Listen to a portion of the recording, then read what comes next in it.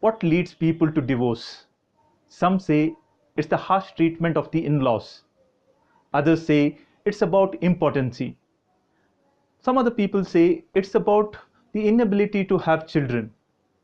But according to me, there's only one reason that leads people to divorce. Hi, my name is Valerian, and I help my clients to move from conflict to connection in their marriage. And in today's video, I'm going to talk about that one reason that leads people to divorce. Few years ago, there was an interesting survey that was done in the US. What they did was they went around and asked couples who had been recently divorced a simple question. They asked them, why did you divorce? And 90 to 95% of couples said that it was sexual dissatisfaction. And then they did a second set of survey. In the second set of survey, they looked for people who were happily married or had a fulfilled or satisfying marriage. They did a couple of tests to figure out whether this particular couple is satisfied or not. And then they asked them a same question. They asked them, the reason why you are in this marriage and why you are so happy and satisfied in this marriage is because of sexual satisfaction, isn't it? And these couples laughed and they said, not at all. They said, that's not the reason we are together. That's not the reason why we are happy. That gives an important insight into what is it that doesn't lead people to divorce.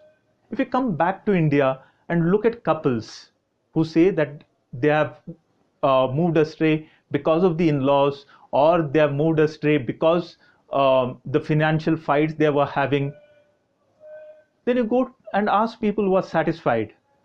At the same question, you ask them, why are you together? It's because you don't have in-laws, isn't it? And they'll laugh at you and say, we had in-laws in our house for the last 10 years. We are the ones who took care of them. And they were not extremely nice to us. But that didn't break our marriage. So what is it that leads people to a space from where they are, somewhere really close to where they end up?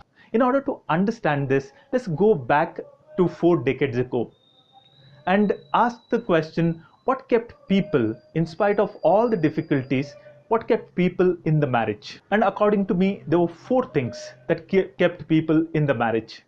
The first one was economic dependency of the woman.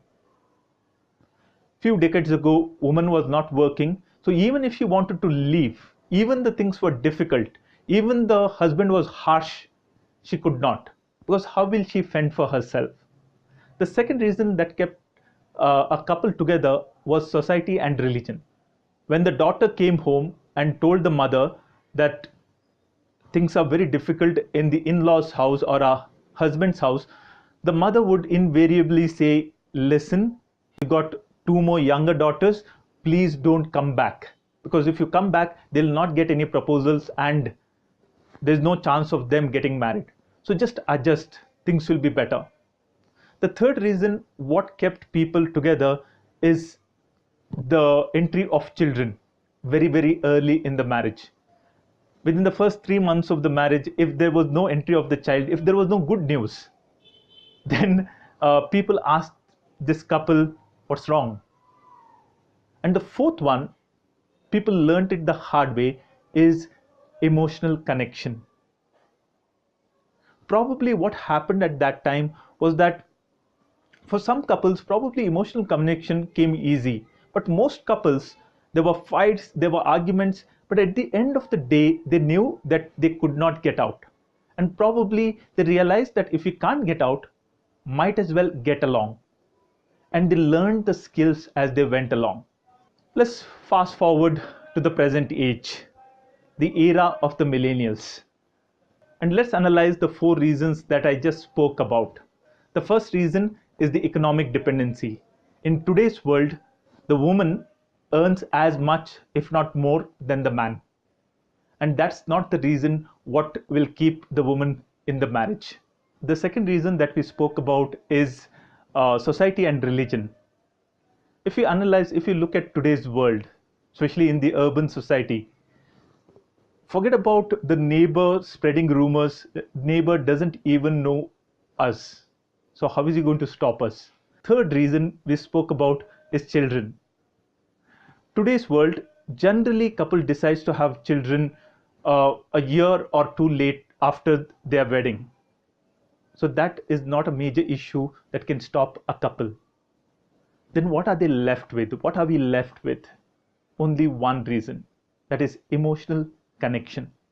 So when we are talking about emotional connection basically means I feel loved in this relationship. I feel understood in this relationship. I can be myself. We can have a heart to heart conversation. That's what it means. And the symptom of emotional disconnection, many times people call it as a cause, but it's not a cause, it's a symptom. The symptom is fights and arguments. These fights and arguments just say that we are not able to connect emotionally. So what leads to emotional disconnection? There are a couple of situations. So there's a common trend that runs through, when I've analyzed the disconnection among couples, is that a stressful moment. A stressful moment can lead a couple to emotional disconnection. The first thing that even before I talk about stressful moments, the first thing that I would like to talk about is many times when couples get married, doesn't matter whether it is an arranged marriage or love marriage, is that many times they have not developed that emotional connection because we don't talk that language. Like a couple might say, before marriage we spent a year, we spoke with each other over phone, and then you ask them, what did you speak about? It's either lovey-dovey things, like for example, you're my Shona, I love you, you're the most beautiful person, that kind of a talk, or something happened during the day, where did you go, what did you buy, or something about the preparation for wedding.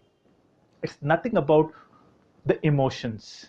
And when I say emotions, I'm talking about deeper emotions.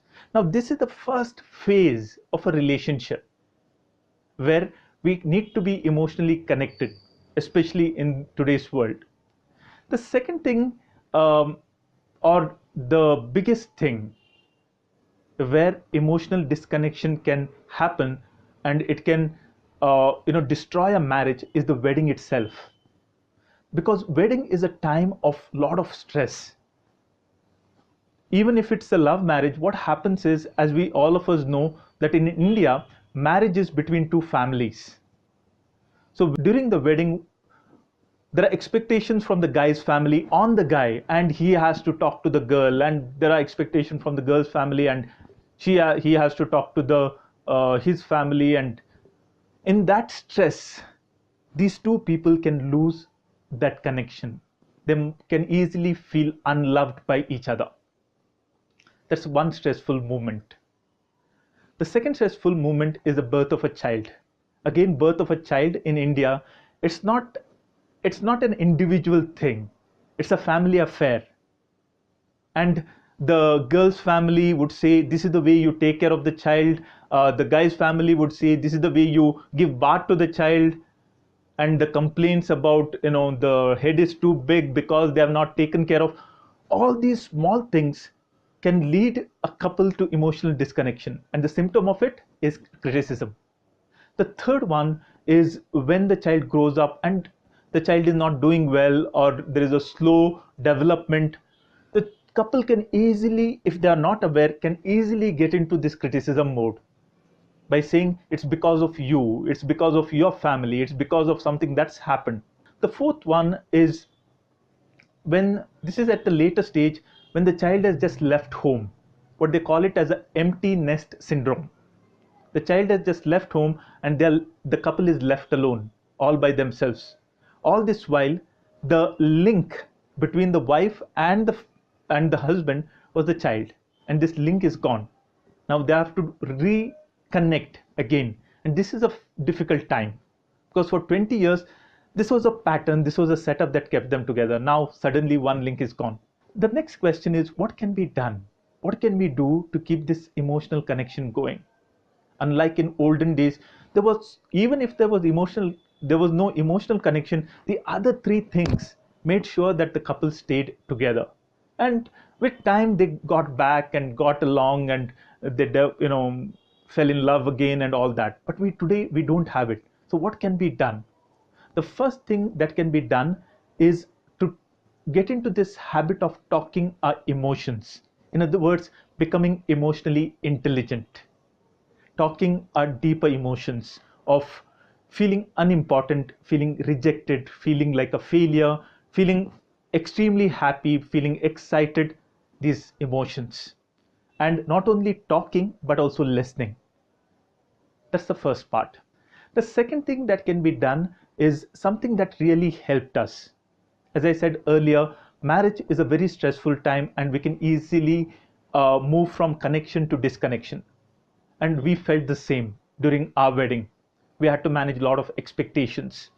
And when we realized that we were turning against each other, we said to ourselves, we need to talk to a coach. And both of us spoke to a coach. She spoke to, in fact, both of us have two different coaches. She spoke to her coach, and I spoke to my coach. And that gave us a whole new perspective on what was happening.